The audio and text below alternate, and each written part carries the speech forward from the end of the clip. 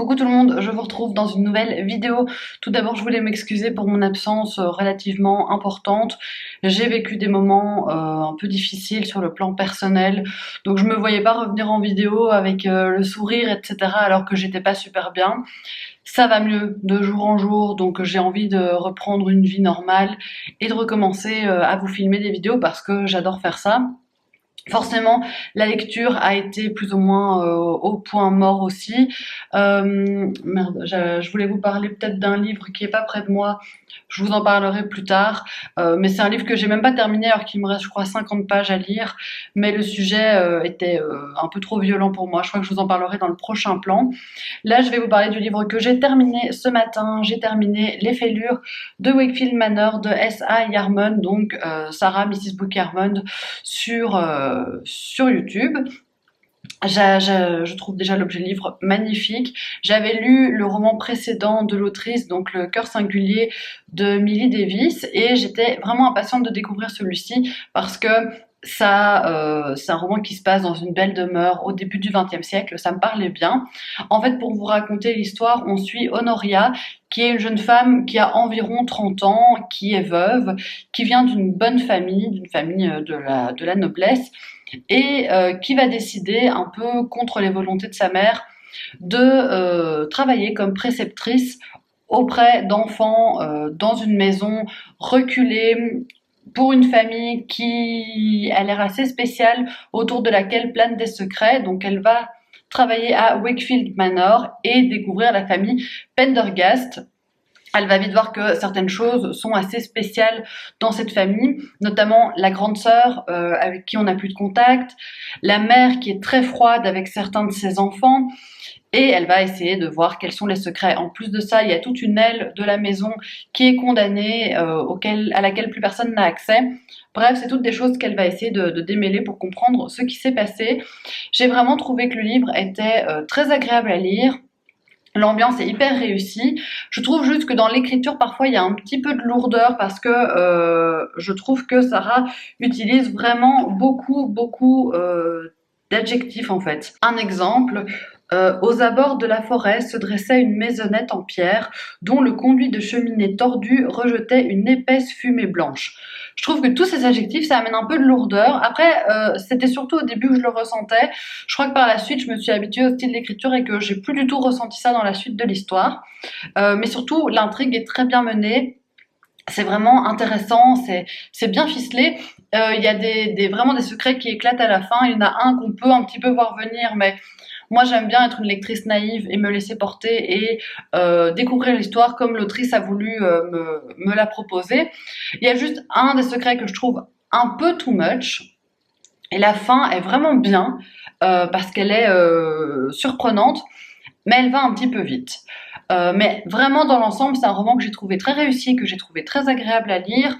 Je l'ai pas lu vite, mais c'était vraiment parce que j'avais pas la tête à lire, parce que le roman est super bien, il est assez gros, il fait presque 600 pages, mais ça peut se lire très rapidement, et en plus il y a un confort de lecture qui est apporté par les éditions Hurlevent, qui est assez chouette. Parce que le livre peut vraiment s'ouvrir totalement, donc vous pouvez le poser sur vos genoux, le dos se casse pas, et c'est écrit avec des caractères assez larges, donc vraiment c'est plutôt cool.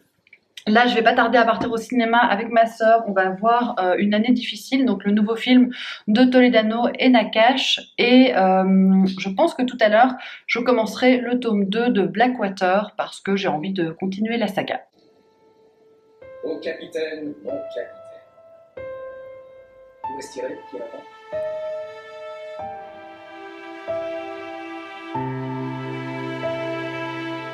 Je vous reprends, on est le lendemain, donc on est dimanche. J'ai pas encore beaucoup lu aujourd'hui parce que ce matin on est allé bruncher et hier donc j'ai été au cinéma avec ma sœur, comme je vous l'avais dit, on a été voir Une année difficile. Honnêtement c'était très sympa, ça mêle deux grosses thématiques sociales qui est d'une part le surendettement et d'autre part les activistes écologiques, et j'ai trouvé que c'était vraiment assez intéressant, que c'était bien fait. Alors il y a parfois quelques personnages un peu clichés, quelques situations qui sont peut-être un peu too much, mais de manière générale c'est une vraie comédie sociale. C'est-à-dire qu'il y a un vrai fond social, mais en même temps on rigole, on s'amuse. Donc voilà, j'ai trouvé que c'était sympa. Et là, je suis un peu dans ma période film d'automne parce que hier soir, j'ai regardé les autres. Là, je suis en train de regarder Le Cercle des Poètes Disparus. Donc je me fais un peu des moments cosy et cocooning. Au niveau de la lecture, donc j'ai commencé le 2e tome de Blackwater et j'ai sorti la tasse Blackwater qui va avec, que j'ai reçue à la librairie Books en Alsace. Donc Clara, la libraire, me l'a offerte. Donc c'est la librairie dans laquelle j'ai été faire une dédicace de mon roman. Donc je redépose ça parce que le thé est très chaud. Mais donc voilà, j'ai commencé ce tome 2, je suis à la page 71. Pour l'instant, ça se passe très bien. J'avais lu le premier tome il y a quelques mois, j'avais peur d'avoir du mal à me remettre dedans, mais en fait je me suis remis dedans très facilement, c'est très fluide. Dès que je me plonge dans ma lecture, je lis très facilement 1, 2, 3 chapitres. Donc je pense que là je vais continuer un petit peu à lire dans l'après-midi. Et je sais pas si je vous fais un résumé. Je vais vous faire un résumé du tome 1. C'est toujours un peu compliqué quand on chronique des sagas, je trouve. On sait jamais trop quel tome résumer. Et donc dans le tome 1, on est dans une ville d'Alabama en 1919. Il y a 2 rivières qui traversent cette ville, donc la petite ville elle s'appelle Perdido, et en fait les rivières vont venir tout inonder, c'est un peu la catastrophe, tous les habitants vont être évacués, et au milieu de ce chaos il y a un nouveau personnage qui va faire son apparition, une femme que personne ne connaît, qui s'appelle Elinor, qui a survécu toute seule au milieu de l'eau pendant plusieurs jours sans pouvoir manger ni boire. Elle s'en est sortie et elle va intégrer la ville, et c'est une femme qui amène avec elle beaucoup de mystères. Et donc dans le tome 2 on continue à suivre la destinée des personnages. Je pense que c'est quelque chose que je vous avais déjà dit pour le tome 1, mais moi j'aime bien le côté très girl power. C'est vraiment les femmes qui régissent la société, parce que les hommes ils sont un peu menés par le bout du nez. Je trouve que ça a un côté sympa et assez jouissif à la lecture. Et voilà, je suis impatiente de continuer. Et puis, comme d'habitude, il est très très beau. C'est vraiment des objets livres juste magnifiques. Donc rien que ça, c'est un vrai plaisir. Je suis en train de regarder le vlog de Laura, donc Laura's Readings, et elle parle de mon roman. Je suis trop contente.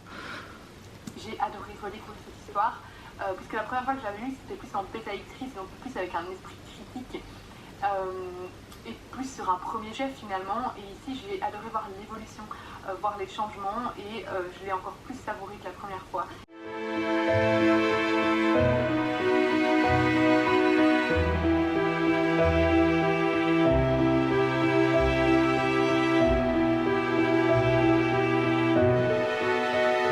Je vous reprends, on est mercredi. Hier j'ai été clouée au lit toute la journée, j'étais vraiment pas bien, et ce matin encore un petit peu, donc j'ai rien su faire à part être dans mon lit, c'était un peu horrible. J'ai quand même réussi à lire et à terminer le tome 2 de Blackwater de Michael McDowell. Je vous en parle rapidement. En fait je vais pas en dire grand chose parce que c'est un peu compliqué d'en parler, étant donné que c'est un tome 2, qui fait seulement 250 pages, donc qui est pas très très long. Et en plus, je trouve qu'il ne se passe pas grand chose dans ce tome.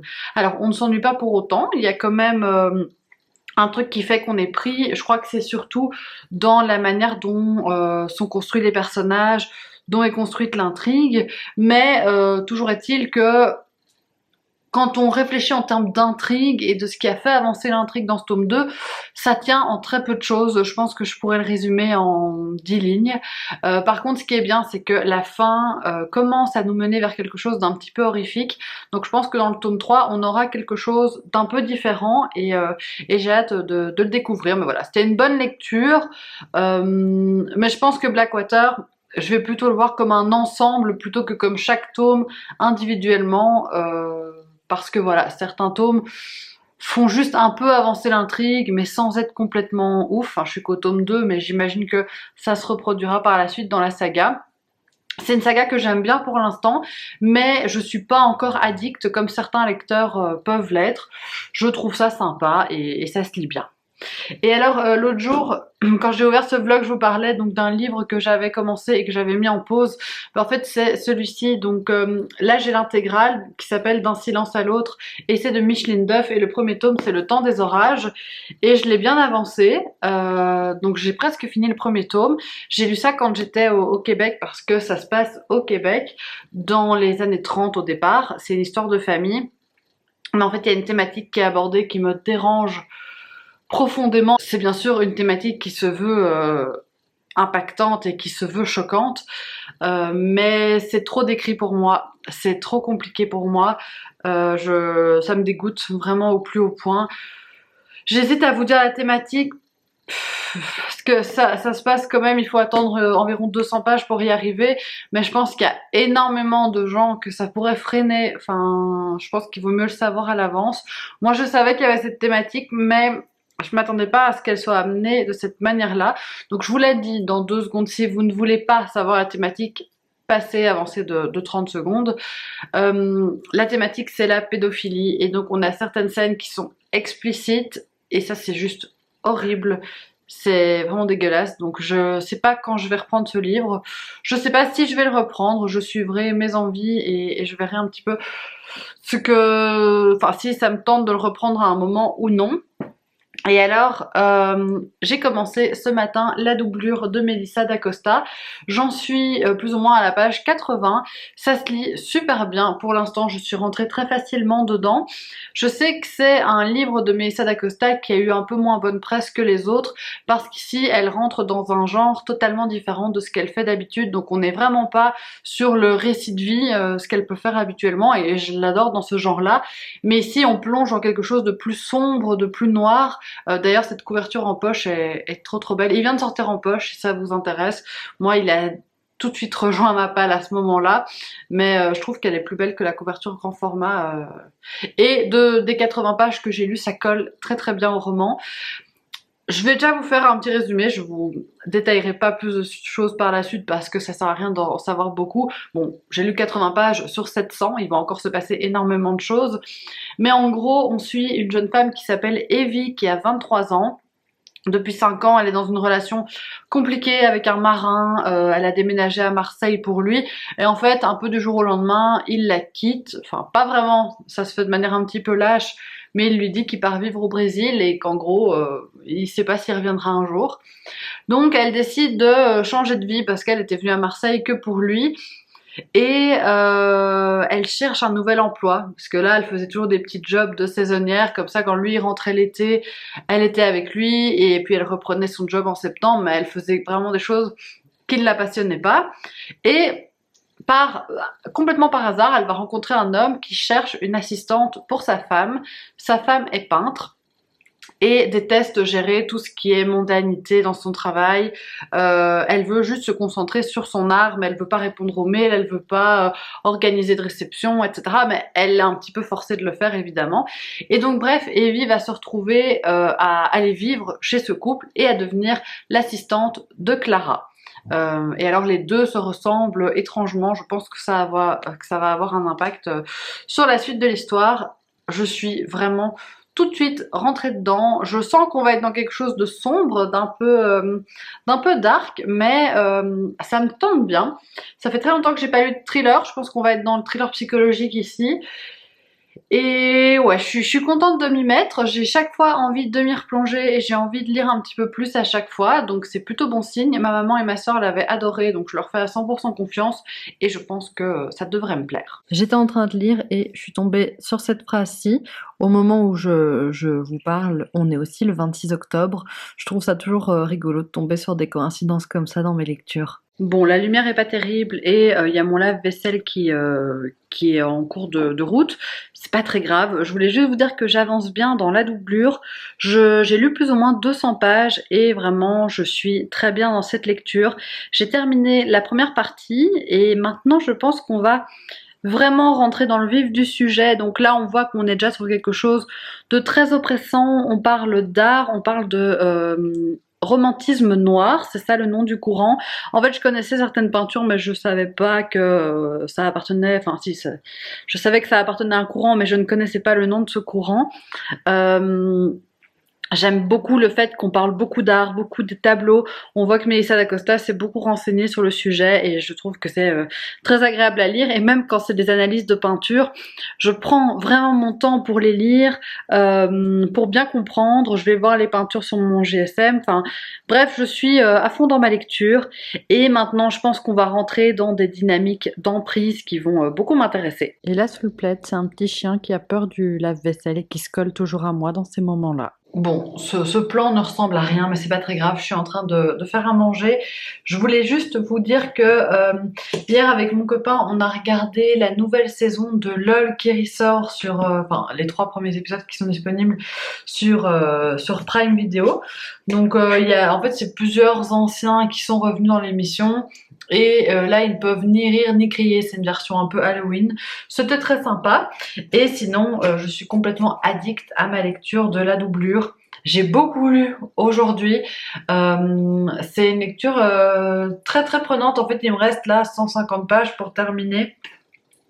Je sais pas si je terminerai aujourd'hui et demain je pars pour le week-end avec mon copain, on part en van au Luxembourg. Donc, et Kenzo bien sûr, et donc je sais pas si je lirai beaucoup.